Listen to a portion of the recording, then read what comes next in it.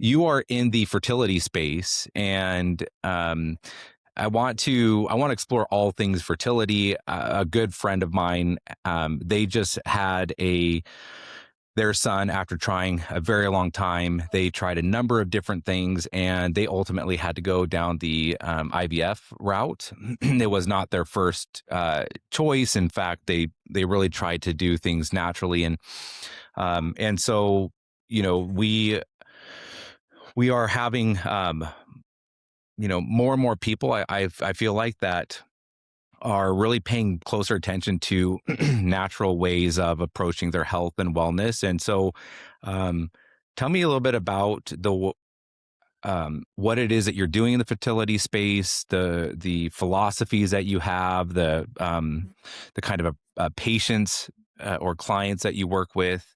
Give us an overview of your practice. Yeah. So, New Eve, I started it a few years ago and I work with couples dealing with infertility. I always say they could be trying for just a couple months or they could be years or a decade more into their journey. Obviously, whenever we can start earlier, the better. But a lot of people end up coming to naturopaths after they've not seen the results or gotten the answers that they were hoping for with the conventional medicine world. So we see just a plethora of people. People come to us just trying to optimize for preconception care, or they come to us after a quite a long journey of infertility. So we have quite a range of couples that we work with. Either, primary infertility, secondary, like they were able to have a baby or two or three, and now suddenly they can't get pregnant.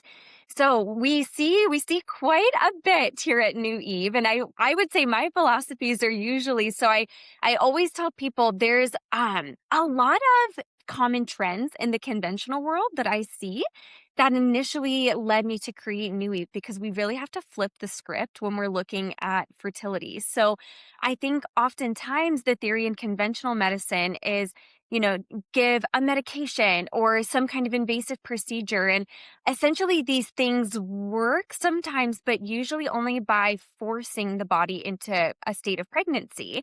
But I always say, whenever our systems are firing on all cylinders and they're all working in harmony, our fertility typically turns back on naturally because it's just our sign of optimal health. So that is my starting spot, is really getting to the root cause of where are the roadblocks, not just in reproductive health, but throughout the body as a whole and in other systems that people might not think are even related to hormones, but they totally are. So we just look at everything and we remove all the roadblocks, all of the root causes are addressed, and then usually that's when we see fertility flip back on its own. Okay. And what's your doctorate in? Naturopathic medicine. Naturopathic. And so at what point did you realize that you wanted to specialize on the fertility side? Yeah. So, gosh, it's such a great question. So, my story goes back to when I was like 10 years old. My family and I went on a camping trip. I got bit by a tick. I'm from North Carolina. So, this was common. We were always pulling ticks off of ourselves and each other. So, we didn't really think anything of it. But after this particular time, a few months went by and I got so sick. And we did not trace it back. None of my doctors traced it back to that tick bite. And it took 10 years to Oh, wow. finally see a holistic doctor to get the diagnosis of Lyme disease, finally get on the right treatment path and be able to flip it into remission. So that's really what put natural medicine, I think, more on my radar. But coming from North Carolina, naturopathic doctors aren't as commonplace. We see a lot of maybe like integrative or functional medicine doctors, but true training in naturopathic medicine is not as common because a lot of our schools are more on the West Coast. So Mm, once I got my Lyme into remission, I knew pretty much right away that that's what I wanted to do, was help others through that. So I went to med school thinking I'm going to do infectious disease. I'm going to help people with Lyme disease. And then my own personal journey was now that my Lyme was in remission, I just had a lot of secondary issues to clean up. My hormones being the biggest one. I was in my 20s. I was barely getting a menstrual cycle at the time. Just my reproductive system was so taxed at the time from all the years of Lyme. And I even had a physician tell me when I was 18, like I'd probably never get pregnant because my hormones were just all out of whack, all over the place. So that became my personal mission through med school was I'll help people with Lyme and I'll heal my hormones. And then I healed my hormones and just started attracting all of these couples and other women trying to heal their hormones. And it's funny how I think whatever you're putting out is usually what you attract. So I didn't know when I got into my clinical years that those would be the patients I would see the most. And Mm, then they were just coming in like floods, and I loved it so much, and I could empathize so deeply with them. And it was great. We could still tie in like chronic infections and Lyme where needed and be able to see the hormones heal. So I mm. never felt like I needed to give up one or the other, which was great. I could kind of meld both of my loves. But then when I graduated, that's still what I continued to attract. And I just decided to lean into it. I was like, okay, God's got to have a reason for this. So we Mm, just dove headfirst into it. yeah, okay, amazing. So tell me, when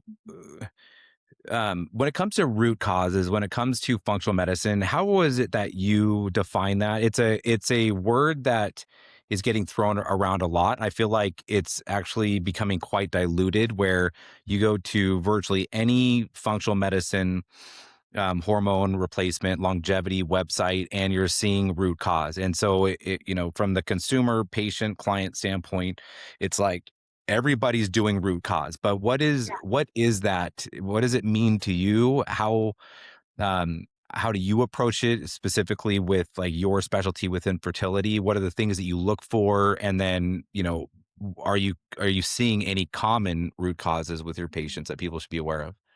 Yeah. Oh gosh, 100%. Such a great question because this is a label that I think it sounds really good to people. So it's being thrown around all the time. And the way that I like to describe it is I usually explain it to my patients as if you go see most doctors, say they run a thyroid panel. Usually you'll get told like, "Oh, you have hypothyroid disease. So we're going to put you on this thyroid med, and that's going to be your root cause. Like all of your other symptoms will go away because Mm, hypothyroid is your root cause." And I always say, usually it could be years before the levels are ever checked again, dose is ever adjusted. And nobody, even in the first place, ever asked the question, like, what knocked the thyroid out of balance in the first place? So mhm, that question is the segue into where we get into root cause work because nothing is random. Our thyroid doesn't just suddenly decide to fall out of balance. We don't just develop autoimmune diseases for nothing. And what I see as being very common root causes, especially in the fertility world, environmental health is huge. It's so huge. Nutrition is big too, but environmental health is massive. So the toxins that we're exposed to on a daily basis, mostly within our home that we would never think about. But setting up like you can't really heal in an environment that got you sick. So really looking at all of those toxins is huge. Mold is another really mhm, big one. 75% of homes in America have some kind of mold toxicity. So mold is something that it's like that slow, insidious poison that we're just constantly getting exposed to, and it's draining our bodies of all of our resources. And then another one I see would be microbiome health is another really big one. Whenever things are not in balance, and specifically our gut microbiome, it influences all of the other microbiomes in our body. We, men and women, have a reproductive microbiome. We all mhm. have sinus microbiomes, oral microbiomes, skin microbiomes. There's so many, and they're all influenced based off of our gut microbiome. So there's a whole mixed bag of root causes, but I would say those are some of the most common ones that I see. Yeah. Yeah, and that's what I share with people as well when they're investigating, where they should go for their, whether it's menopause, whether it is, HRT or whatever the case is. In fact, I was just talking to my barber about this, and he was asking me about an online program that he heard of. And what I share with him is, look, what you have to be aware of is that that everybody is going to say that they do root cause. They're going to say that they do functional medicine, but it's an art and a science. And like, the point that I heard you say about the thyroid is if somebody comes in and they say, I can't lose weight, I'm gaining weight, it doesn't make sense, or I'm tired all the time and things, and they check the thyroid, and and they say, oh well, you've got, you know, this issue with your thyroid, so here's the medication, and that's the issue with your thyroid is the root cause of feeling tired or losing weight. Um, that to some is what they're calling or referring to as root cause, when really that's the very tip of the iceberg of root cause, right? And patients are looking at they're looking for providers and experts that can really get down to that molecular level. I was at the Cell Core conference, medical conference this past week, and there was a slide on there that, and I've got it right here because as you're talking, it reminded me of it. It said, "Stop asking what should they eat," meaning patients, clients, what should they eat, or why won't they lose weight, and start asking why can't their cells use fuel? Why Yeah. does their body feel unsafe storing or Mhm. burning energy? Right, and um, that seems like such a simple question, but when you start really asking those questions at the cellular level, that to me is where you really start uncovering root causes of all the Mhm. other things that are going on. And so, um, for you and your work, do you get to that cellular level? Are you really, digging into that degree? And if so, like, what is your process to really understand your patients to that degree? Yeah. So whenever we onboard a new couple, the first thing we always start with is actually nervous system regulation Yeah. because nothing else really is going to work if your nervous system is trapped in a fight or flight state. We cannot heal if we don't feel safe within our bodies. And it's not just physical safety, it's mental, emotional, spiritual, the totality of it is so important. And even if we're in a safe home, in a loving relationship, if there's stored trauma that has not been released, that has not been processed, your nervous system is still going to be stuck in a fight or flight. So, love that question because that is actually where we start with everybody. We cannot build anything off of a nervous system that is fried. So, we always start there and it's a lot simpler than people think. It's just not always what people want to do because we Right. live in a world that going back to some of these ancient traditions is not the most fun. It's not something that I would say is commonplace. But a lot of things that we'll have couples do is like get off your phone, get off social media, switch out your light bulbs, like stop looking at blue light, get out of like the flicker of LED and things like that. Really calibrating the circadian rhythm again, getting sunlight first thing in the morning. A lot of it's a lot simpler than people think, and we do walk through like somatic movements, EFT, which is like tapping or emotional freedom technique. It's just a technique to help activate the vagus nerve, Right. but essentially what it will help do is just switch you back into a state of calm, put you in that rest digest state, and immediately flip you out of that fight or flight where you feel like you're running from a bear all the time. So Uh-huh. even just by doing that, your nervous system is going to affect every single cell in your body because it's it's like the thing that drives every system in your body. So Uh-huh. even like going back to gut microbiome, oftentimes you could be eating the right things, living pretty decently. Maybe you're not exposed to a lot of toxins, but if your nervous system is disconnected from the gut, you don't have a good gut brain connection, things can still be thrown off. So, we really do try to get down to that cellular level. And usually it does start with nervous system regulation. Hmm. So, from your medical training experience, how how often are you finding that the environmental things that are within people's control, whether it is, their lack of exercise, their exposure to toxins, their diet, things that they're either doing or not doing, once solved, it allows for them to get pregnant naturally. Like, is that frequent? Yes, very frequent. Usually, even before lab work comes back, typically it is not uncommon for us to see pregnancies start happening just by people switching over their nutrition and by regulating their nervous system, getting these toxins out of their daily life. It's very common that we'll see that happen. Hmm. So what are some of the, like, the main culprit, like the golden strain that you see in a lot of the cases that you're interacting with patients? Like, are there some real commonalities that extend amongst the spectrum? Yeah, so beauty care for women is Mm, huge. I think there was a study that said on average, we're putting 169 chemicals in our body every single day as women just by the makeup that we're using and the skincare that we're using. So, beauty care products are huge. And they have also done follow up studies to even test the umbilical cord blood in babies and see after birth that that amount of toxicity is usually present in the cord blood as well. wow. So it is huge. Beauty care, skincare is huge for women. As a whole, I would say laundry and cleaning products are another really, really, really big one because you're breathing them in all the time. Everything you're washing is going to be now riddled with chemicals. Your sheets that you're sitting in for hopefully 8 to 9 hours overnight. Your clothes, everything is just going to be riddled in chemicals. Same with cleaning products.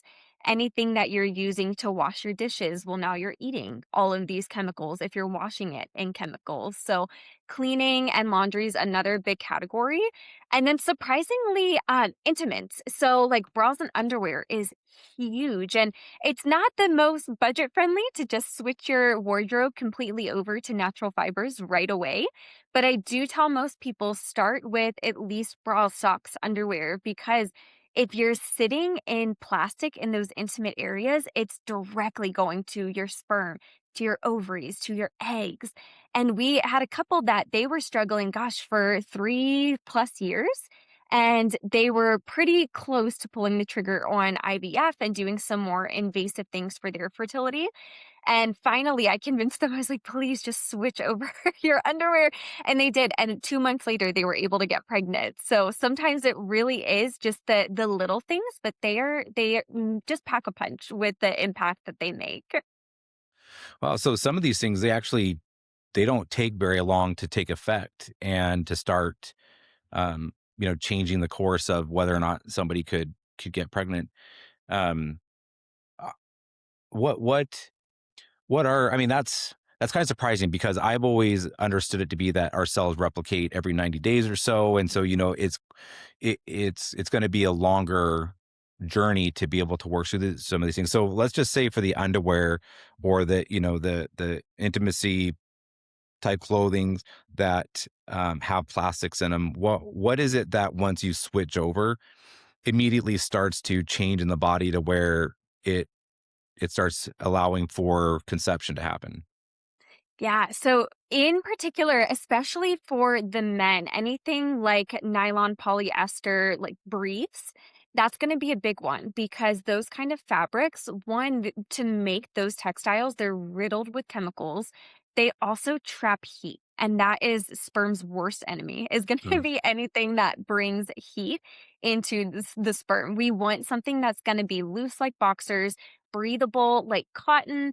That way we can have, I mean, there is a reason why everything for men is on the outside of the body because it wants a cooler environment and sperm do not thrive nor can they heal in a heated environment. So mm. that's why also like avoiding things like saunas, hot tubs is going to be big as well.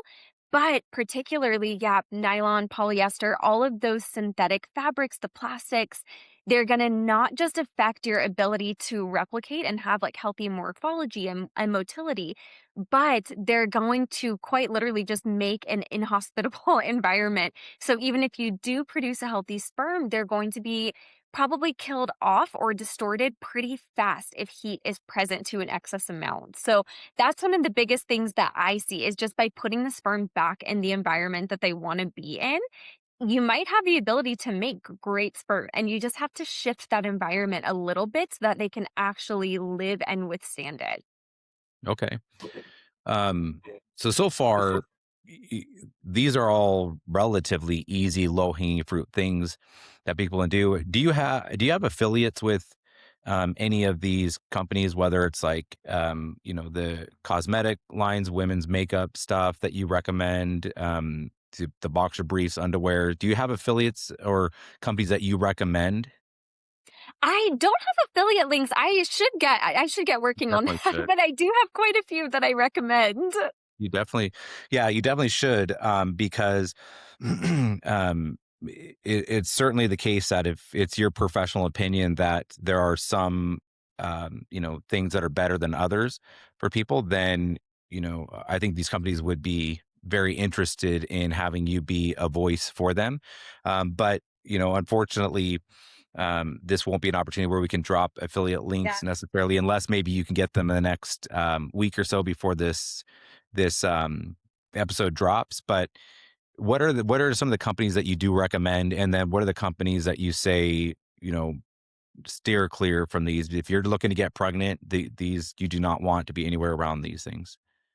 Yeah. All of the big shiny workout brands, especially like so Lululemon, Alo, Athleta, all of those we typically want to avoid.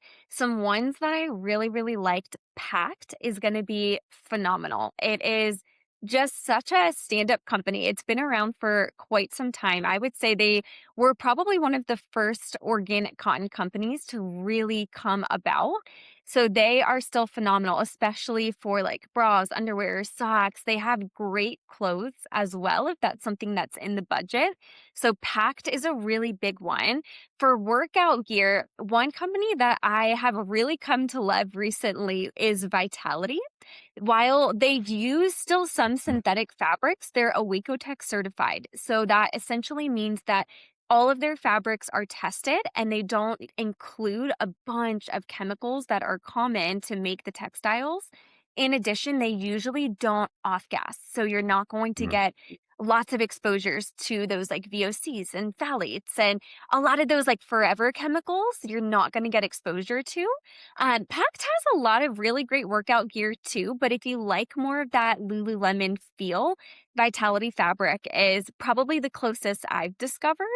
And then Mate the Label is another phenomenal one for clothes, intimates, workout gear, kind of whatever you're looking for. Mate is a pretty great one stop shop for that as well.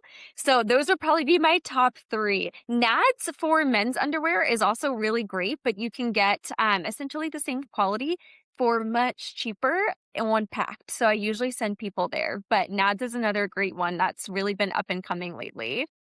okay. Yeah, I would love for you to see what you can do to get Yeah. some affiliate links that I can put into the show notes here that people Okay. can go. And if you're recommending any ways, and this would be a way to, help you, make some Yeah. extra income, and it doesn't cost them any more money. That's a fantastic way Perfect. for people to support those of you who are, in this space and really looking to make a difference, and you need to be financially supported.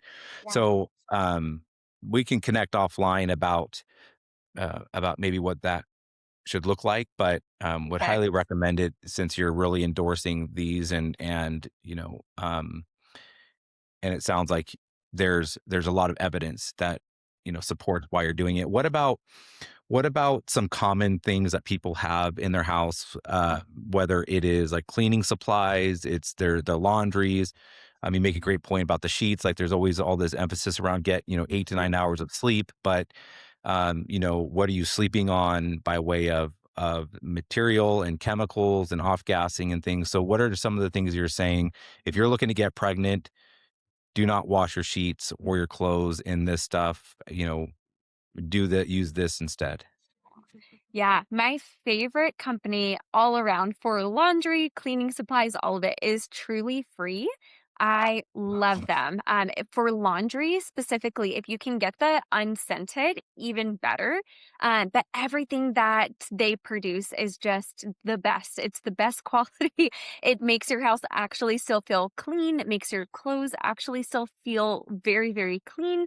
There's no, like, musty kind of scent left over or, like, sweat or anything like that. It is very, very effective. So I love them as a whole. Their company is fantastic. We personally use all of their cleaning products too and love them. We also really love Branch Basics is another phenomenal company. Their company is wonderful. It's pretty much just a single concentrate for most things, and Mm, then they'll send you either plastic or glass bottles depending on which one you'd prefer, which we always recommend the glass. But they will tell you they have fill lines on them, so you just fill each container up to the desired amount of the concentration and the rest up with water. So very, very easy to use. The concentrate goes very far and lasts a very long time. And again, their company is so clean. You don't have to worry about fragrances, chemicals, anything like that in their products. So those are probably the top two, at least that we use in our home. okay. And on the note of water, so we have both reverse osmosis in our house as well as one of the Kagan, machines that Yeah. the water runs through it to ionize it. Um, and so what's your take on what people should be doing with water? And I'm guessing water intake is something that you pay close attention to with your clients and patients. What's your advice to them? Yeah, water is huge. We do look at it very closely because it plays such a huge role in sperm production and semen production just as a whole and in cervical mucus production. So we do really take that into account. Our gold standard is wherever you can find natural living spring water. A site that we really like is findaspring.org. That way you Mm, can see, is there a spring close to you? If not, some really awesome alternatives are pretty much anything you can get from Europe in a glass bottle. So, mm, Mountain Valley water is one that's pretty common among grocery stores. They usually come in the green bottles, and they're almost always, at least the ones that I've seen, all glass, which is great. So they're a really great one. We love spring water where we can because it just naturally will have all of the minerals that water should have. But where that's not available, reverse osmosis is fantastic still, because while it doesn't have the minerals that we would want, you can at least add those back into some mhm, capacity, but you're at least avoiding all of, like, the parasites, the cysts, sacs, and all of the chemicals and mm, metabolites that they toss into tap water. You're at least avoiding all of that. So those mm, are our top two. We use both in our home because spring water, we don't have a spring near us. The closest one uh-huh, is like an hour and a half away. So we'll use it throughout the day, but we're 50-50. We try to use some spring water, but because it's not the most cost friendly, we have our RO system too that we love and use all the time. We just add minerals back to it. mhm. Yeah. Yeah. So what about detoxing? So there's no real way for us to escape. We got to go to the gas station. We have to get, gas, and there's the fumes there. We sit on the couches, the furniture that have all been sprayed with different things for treating them. And I mean, toxins are everywhere. And so what's a way in which that you recommend people detox themselves when they're going down this path of wanting to get pregnant? Yeah. We are really big fans of gentle, ongoing detox. So, something that feels doable to incorporate in your daily life. Because ultimately, the body has the liver and it has the lymph system, and all of the systems are already in place for it to handle toxins. We just were never created to handle this many of them in such a Mhm, concentrated amount. But ultimately, our bodies are so adaptable. And as long as we're supporting the systems, we really don't need to do anything crazy to help our bodies detox. Hmm. But it is something that we want to build into our daily life. So, some things we've been really loving lately are we have a vibration plate that we love. 10 minutes a day is phenomenal at just moving the lymph through your system. But even simpler than that, walking is phenomenal. Walking is a Yeah. great way to move your lymphatic system. Your lymphatic system just moves pretty much when your muscles move and push the lymph through the body. So anytime you're working out, anytime you're just going for a walk, anytime you're sweating in general is a great way to help your body detox. And then if we are needing a little extra support, maybe there's a little bit of stagnation in the liver or it's a little bit congested. Castor oil, specifically castor oil packs, if you don't want to do the pack and you just rub a little bit of castor oil over your liver, so will still have phenomenal effects. But those are Hmm. some really easy, gentle things that feel doable for most people to incorporate in their daily life. So we'll typically start there. There's always more advanced detox and we can walk people through that for sure. Some people do really need it, but oftentimes just a little bit of time and incorporating these daily habits will go so far for the vast majority of people. So everything you're talking about are things that are like off the shelf, readily available to people. So, do you work with clients in a brick and mortar? Do you work with them in a telehealth, telemedicine, virtual environment? It sounds like, at least so far, what we've talked about, these are all things that would allow for you to work with clients all over the country and beyond if they're kind of English speaking. Is so. What is your model in which you're working with clients? Yeah, I am 100% telehealth, specifically to be able to help people all across the globe. So, Mm. most of our patients are within the US, but we have had some in Europe or UK, a lot of Canadians. So, the Mhm. goal is just to reach as many as possible because New Eve really is just my ministry more than anything. So, we are Yeah. 100% telehealth. And then for any supplements or things that we are adding to the either supplement stack or lifestyle stack, we use full script most of the time Mm. for that. Okay. And so what give me an example of like one of the the most proud circumstances that you have, like something where um a couple came to you and you were able to help them when nobody else could. Like walk us through what that looked like. Yeah. So I had a couple come to me and they had secondary infertility. So they had had one baby and then they could not get pregnant. And in fact, the wife had not even had a menstrual cycle for a year and a half. Oh, She wow. was very young in her 20s, had gone to her conventional doctor. They told her she was in premature ovarian failure and that there was just probably, nothing they could do. She was headed towards menopause. So we actually took a look at things and her prolactin levels were off the charts. We did an MRI and she actually had a prolactinoma. So a little tumor in her brain that it's not something necessarily that you need to get removed, but we can influence it heavily, even just through natural medicine. So by helping regulate her prolactin levels, she was able to get a cycle again. And then we actually tested her husband's gut microbiome because he was having quite a few symptoms as well. And his semen analysis was looking pretty crazy.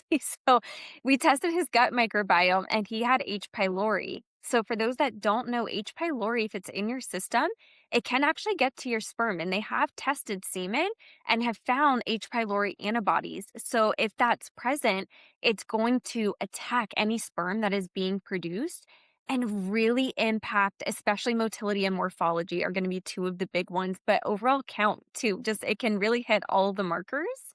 So by walking him through the H. pylori protocol, we did some things for the wife too. She didn't have H. pylori because we did go back and test her because usually husband and wife will pass it back and forth. Mm. But we did some protective things for her just to make sure as we're stirring it up and getting rid of it in her husband's body that she's not going to be more exposed to it.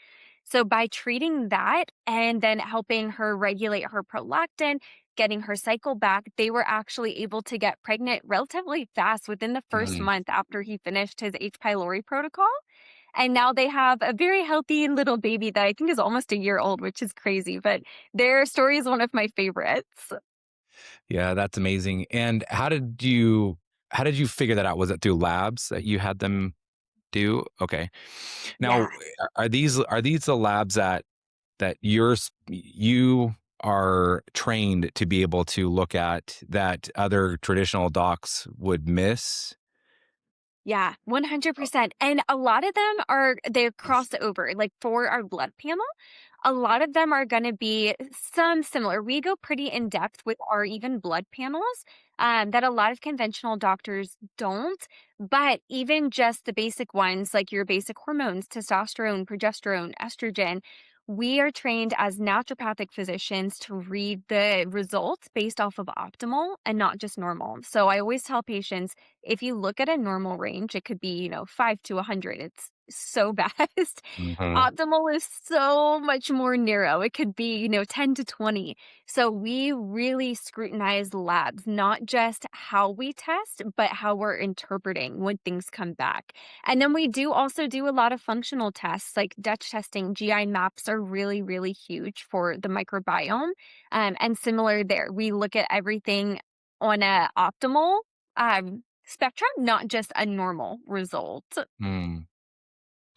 Okay. Yeah, and that seems to be an area where people are coming up, empty-handed and frustrated. They don't realize that the doc that they're going to really doesn't have the specialized training to be able to read these labs in a way um, that can really tell the story as to what's going on, and so they find themselves not getting many answers, and they're frustrated, and sometimes they stumble upon an expert like you that can help them in a more natural way, and then other times they think, or maybe they're told by their doc, that IVF or some other method, which is far more expensive and challenging, is really the only way that they might expect to get pregnant. And so it really is important that people are aware of whether or not they're talking to the right person. So what are the questions that you think are important for people to be asking their providers to know whether or not their provider is well suited to be able to address this particular challenge that they're facing? Yeah, I would say talk to them. And the first thing is going to be bedside manner. Are they sitting down? Are they looking you in the eye? Or is their hand on the doorknob the whole time? Mhm. Are they ready to leave, ready to wrap this up? Bedside manner is going to be a really, really, really big one. The other one I would say is look at how much time they spend with you. Are they empathetic? Are they listening to you? Are they just kind of overriding everything you say? If you ask any question, are they giving you a generic, like, oh, this is just kind of how science is sometimes, we don't have all the answers? Or are they, at the bare minimum, at least committed to taking some time to go do some research, connect with other colleagues that might be more intelligent in that specific area? They might have more expertise and come back to you. So I would say looking for their drive and their ability to really tune into you, your concerns, and listen is a really, really big one. And then in general too, when your labs do come back, I would ask the question. Usually they say like you just get a call and at best it's, oh, everything looks normal. But they don't tell you, they don't take the time to go through each marker with you and explain even what the normal range is. They just say everything is normal and send you on your way. So I would ask that question of, okay, what does normal mean to you? And like, oh, okay, is it optimal though? And see if they have an answer for that. And if they don't, I would highly encourage a second opinion. Mm. What answer might they get if they ask if it is it optimal, and the doc either doesn't know that what is optimal versus what isn't, or maybe they define um, optimal as being on the top end of the range of like what's quote unquote normal. And so they say, well, it goes from 5 to 500, you're at 300. So no, you're not necessarily quote unquote optimal, but you are definitely on the higher end of things. And so um, that, that kind of signals, okay, well, I'm on the higher end of things, but I'm not optimal. Is that the right way of looking at it, or is that a red flag if a doc is using this um, standardized, you know, you know, whatever it is, like this Yeah. broad swath of like what is considered to be quote unquote normal? Yeah, I would specifically ask them what their optimal range is, and I would have your labs pulled up, and if they just regurgitate the normal reference range that's on the Mhm. sheet, they are not trained to look at what's Oh, yeah. optimal. So that could be one way to kind of quiz them without them knowing that they're being quizzed. Mhm. Because if you just get a, "Oh yeah, you're in the middle, that looks good, it's nice and balanced." I can tell you for every single lab that I run, we have a specific optimal range. So if they Mm. cannot tell you what that range is, I would get a second opinion there for sure. Mhm. Because a lot of them, maybe to avoid that question, will just use very generic or high level terminology. But we can bust that pretty easily just by looking at what the normal range is. And again, if they're just Mhm. regurgitating that, they're not trained to really know and look at what's optimal. Yeah. And their track record too, right? I think it's also important to figure out how successful they've been in the particular area that is of question. And so like in Mhm. this case, if you're looking to conceive and you're having trouble with it, if that's not something, if you ask, I think it's important to ask a doctor, like, how many other couples have you helped get pregnant, Yeah. and if they don't have a specific answer, or you're given more of like a broad type of response, then that would also be a warning flag, in my Mhm. opinion.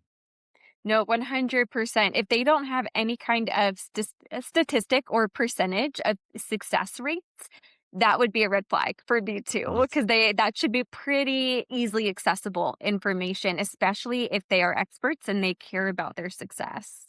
Yeah. Yeah. So how long have you been in this space, and what does your success record look like?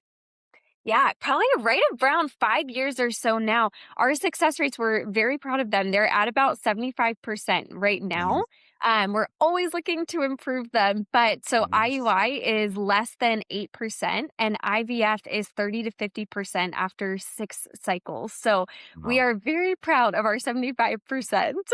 Yeah, and on average, how long is a patient working with you before, they conceive on average? Typically anywhere from 2 to 6 months, just Uh-huh. depending on the couple and their picture. On average, I would say probably around 4 months is that sweet spot, but we do have a lot of couples that they start making some of those the little low-hanging fruit switches, and that's when we'll see they get pregnant within, 8 weeks, that kind of 2-month time frame. Then sometimes we'll have some more complex cases where we'll see more of the 6-month range, but usually around 4 months or so is our typical average. Okay, and how would somebody know, or maybe they can't know until they start working with you, whether or not they'd be in the 75 percentile or the 25 percentile? Like, for those that are in the 25 percentile tile, what was it that you couldn't get them there, or they couldn't get themselves there, like it just wasn't happening? Typically, it's going to be some really extenuating circumstances. So, if we have, especially for male factor, if we have something called a varicocele, which is like a sac of blood vessels in the testicle, there's a lot we can do for it naturally. But unfortunately, if they have like a moderate to severe one, those are gonna be the ones that are typically gonna require a procedure because, again, that constant blood flow is just taking Mm. a bunch of heat to the sperm, so they just cannot thrive in a inhospitable environment. So those are a hefty percentage of the ones that fall in the 25%. Usually, we're recommending if they go through the whole program with us, after that, like 4 to 6 months, we're still not seeing a positive and their semen analysis is still kind of wonky, across the board levels are still pretty low. That's when we'll usually recommend an ultrasound for a varicocele. And then depending on what the degree of it is, if it's one in both testicles, just one, if it's, mild to severe, just depending on the degree of severity. Sometimes we can treat it naturally and it works beautifully that way, or sometimes we'll need to send them for a procedure. So that's going to be probably the hefty percent.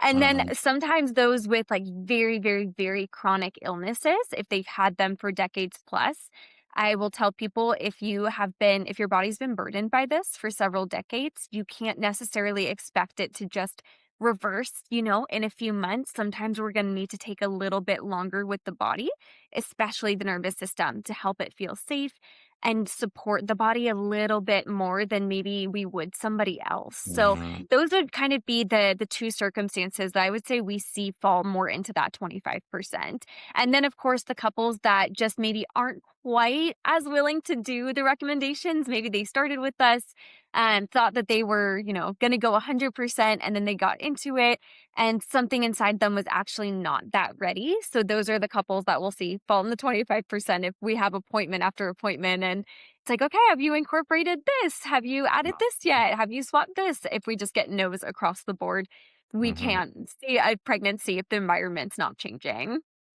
And everybody has to do their part, right? I mean, and I don't that whatever percentage of instances that that you have that are within the 25% in the unsuccessful rate, that's not on you, right? I mean, um everybody's got to do their part. It's no different than when I'm working with these clinics and things. The ones that they take the strategies, they take the systems and processes, they implement them, they do the things as they've been designed, they have the most amount of success. The ones that don't, obviously, they don't see nearly the same levels of success. So that just goes without saying in um, all of our lives. Um, so when it comes to being telehealth and how are these semen samples? What is that process? I mean, how is it that somebody from across the country that sample is? Where is it delivered to? How does it get to you? How do you review it? Yeah, so we use a company that will send them an at-home kit. So that way everything can be collected at home and then they'll send them a kit with a prepaid shipping label as well. So usually just as soon as possible, you want to ship it off, usually same day or within like an hour or two after collecting the sample, we want to have it shipped off. And then they have their own algorithms because obviously there's going to be among, the shipping process, things aren't going to be quite as accurate versus if you Hmm. could just like test it right in your Hmm. home. So they Uh-huh. have their own algorithms to convert everything to make sure it's as accurate as possible when the sample does get to them. Hmm. Yeah, probably accounting for the ones that die off that don't make it Yeah, just in the shipping process, right? Versus for that's the sure. way that they were introduced. And then so do does this company produce a report and then that report is sent to you and you review the report and Yes. that's okay. Is that the same thing do you test the eggs for quality or health of eggs? Is that part of No, this? typically not. There's a lot we can see with egg quality just based off of blood labs. So, Okay. testing progesterone levels at the right time of the cycle is usually going to give us a really good picture of egg quality. And then also testing, there's a marker called AMH that it gets a very bad rap as being called like the ovarian reserve. And if your AMH comes back low, then people freak out and think that they have next to no eggs left. And that's Mm, actually not what the marker is for. It's actually an egg quality marker, and we see it mm, rise all the time once we start focusing on egg quality. So that's more the route we'll take to assess egg quality for our females.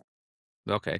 And are you able to, because females, whatever eggs they're born with are the eggs they have, right? And so are you able to um influence those eggs to make them healthier, make it more probable of conception?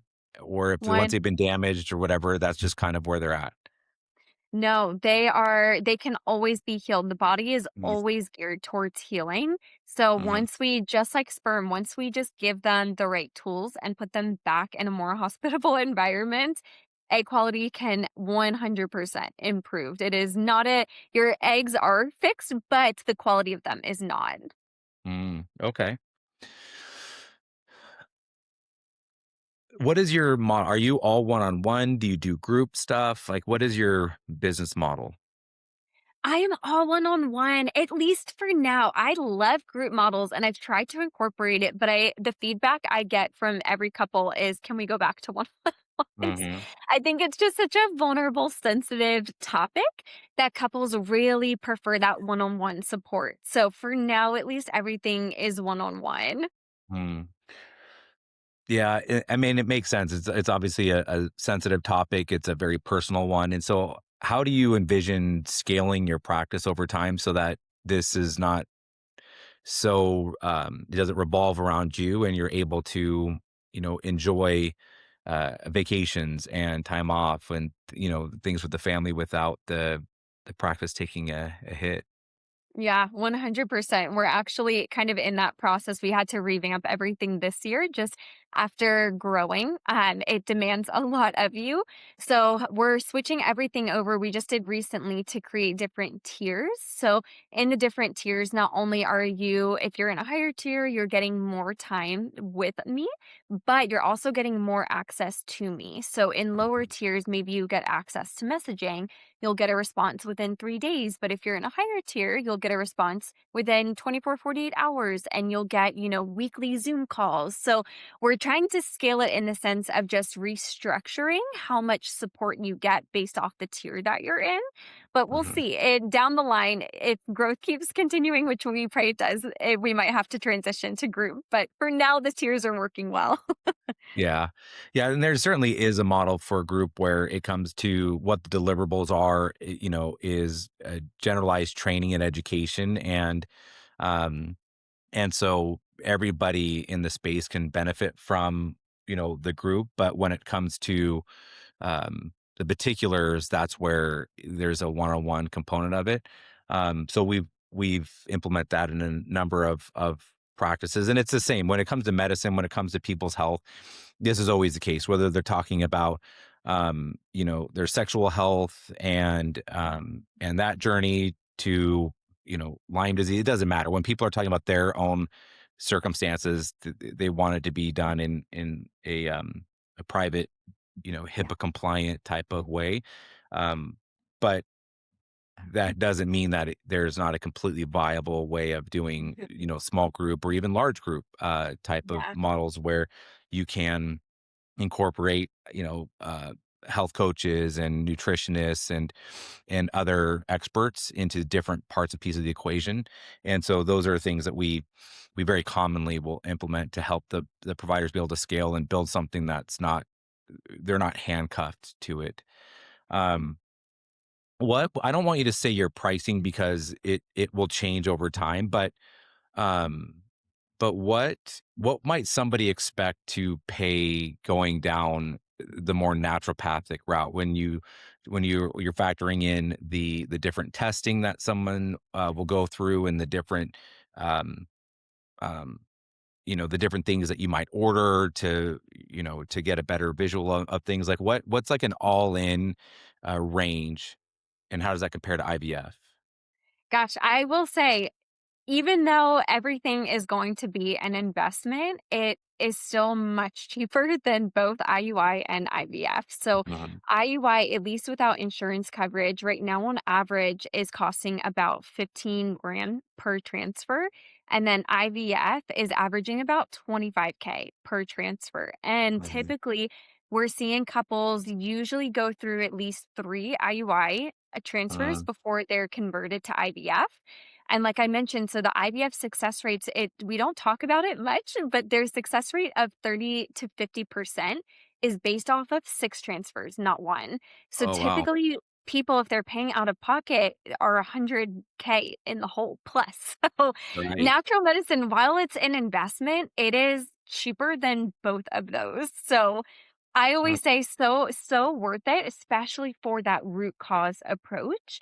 And then for labs, gosh, labs range so much. In our highest tier, there are functional labs that are included. So you get a GI map, you get a Dutch, you get something called like a vaginal microbiome test so that we can really look at everything. So all of that's included in our highest tier. You can add it on in some of the lower tiers. It would just be the out of pocket cost.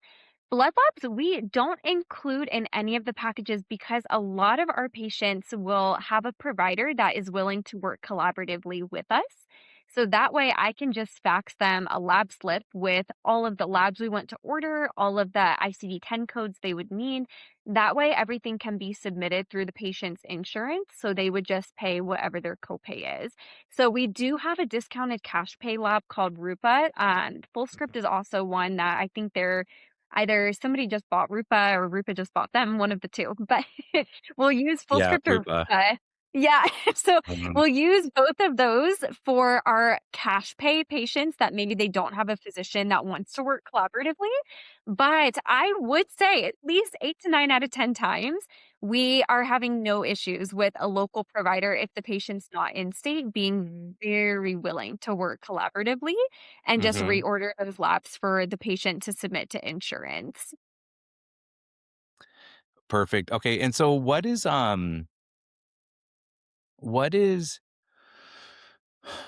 what are some of the main objectives you get? It seems like through the naturopathic space, people are getting results faster, it's less intrusive, it's less expensive, um, it's much higher odds of success. So, what are some of the as like a business owner and an entrepreneur as you're looking to help more people, what are some of the challenges that you're finding, or is it much easier for you to attract people away from the other IVF and other paths? I would say it depends on the couple. And my biggest personal belief and theory is that it comes down to mindset because we are not fed this narrative in the medical world. And if a couple has had any experience in the conventional medical system, it is very common that they're being told that their foundations of health are not going to impact things. Nutrition is not going to impact things much. Altering your stress could help, but it probably is not going to be the thing to move the needle. And so once you're fed those narratives, if you've believed them for months, years, decades, it's very hard to switch your mindset over. So my biggest thing is sometimes we'll get money objections. I think that's common with every business. Mhm, And that comes down to I think how much you're actually willing to invest, not just, mhm, in the realm of money, but how much are you willing to invest of yourself because this is going to require more of you. It's not just take a medication or show up to this appointment and do a transfer. It's right. requiring some dedication, so I think sometimes people will use the money objection and really it comes down to they don't want to invest in other ways. But really I think the biggest thing that is my personal theory is it's just hard to unravel the mindset that has just been ingrained into us, especially in the US. Mhm, mhm. How are you marketing? How are you finding leads? I use a lot of meta ads. So Okay. paid meta ads, and then I'm a really big fan of just organic growth on Instagram. So Mhm, really just DMing my followers and trying to connect with them. Because again, this New Eve is a business, but really it is just born out of being a ministry for me. So even if I don't get to work with somebody, if I can just connect with them in a DM and at least make them feel heard and let them know that there's at least hope outside of what they've been told, that's still a win in my book. So connecting with people is huge, especially in DMs. But for the business side of growth, meta ads have been great for me so far. yeah, yeah, um, amazing. Well, I think it's pretty clear that you know what you're talking about. The passion is there, and that you have all of these tools in these kinds of conversations. I want people to walk away with the understanding that experts like you exist and options for them exist. I also want other clinics that they know and they're humble enough to recognize that if they have patients or clients that they want to go down this path and this is not in a zone of genius for them, that that people like you are available. And these are these are joint ventures that we set up on a very regular basis, right? And so we oftentimes find a lot of success and a lot of win-wins by connecting Mhm. um, uh, two and or more clinics that specialize in different things, and collectively we're able to put packages together that are nobody else can touch, and that's Yeah. what makes these packages very distinct and very we can charge a lot of money for them, which makes everybody involved much more profit. And so who are some of the clinics that are you would like to team up more with, that are seeing more of your patients, but they're not necessarily specialists in this, that you can envision there being a win-win baked into like some sort of JV. Yeah. So I'm a very big proponent of mentorship because Mhm, I think research is constantly coming out. Medicine is never fixed. It's always evolving. It's always growing. And whenever we can team up with people, we're just going to expand our knowledge, which just benefits the greater whole and, achieves the mission that we're after. So some of the organizations that I really leaned into, so FEM, it's FEMM. The FEM organization is one that I've personally gotten quite a bit of extensive training from, and they do target more conventional, like medical doctors, but they uh-huh, have been just willing to just welcome me with open arms. And I love them because even though a lot of their treatments are medications, I can convert that maybe to uh-huh, something natural. And I've spent quite a bit of time doing so, but they are top notch with the research that they are constantly pumping out and producing, and their testing methods are phenomenal. So mhm, I've gotten quite a bit of success by partnering with them and really pursuing a lot of training there. And blending conventional with the holistic has been huge there. So that's been a really great organization for me to pursue. Another one, so one of my great mentors, her name is Dr. Matma Simmons. So she has the Holistic Fertility Institute, and she's phenomenal. She's been doing this for so long. And I have just reaped so many benefits from her, whether it's presenting patient cases, getting a second opinion there, seeing where she's seen success and how she overcame certain roadblocks too. That has been huge.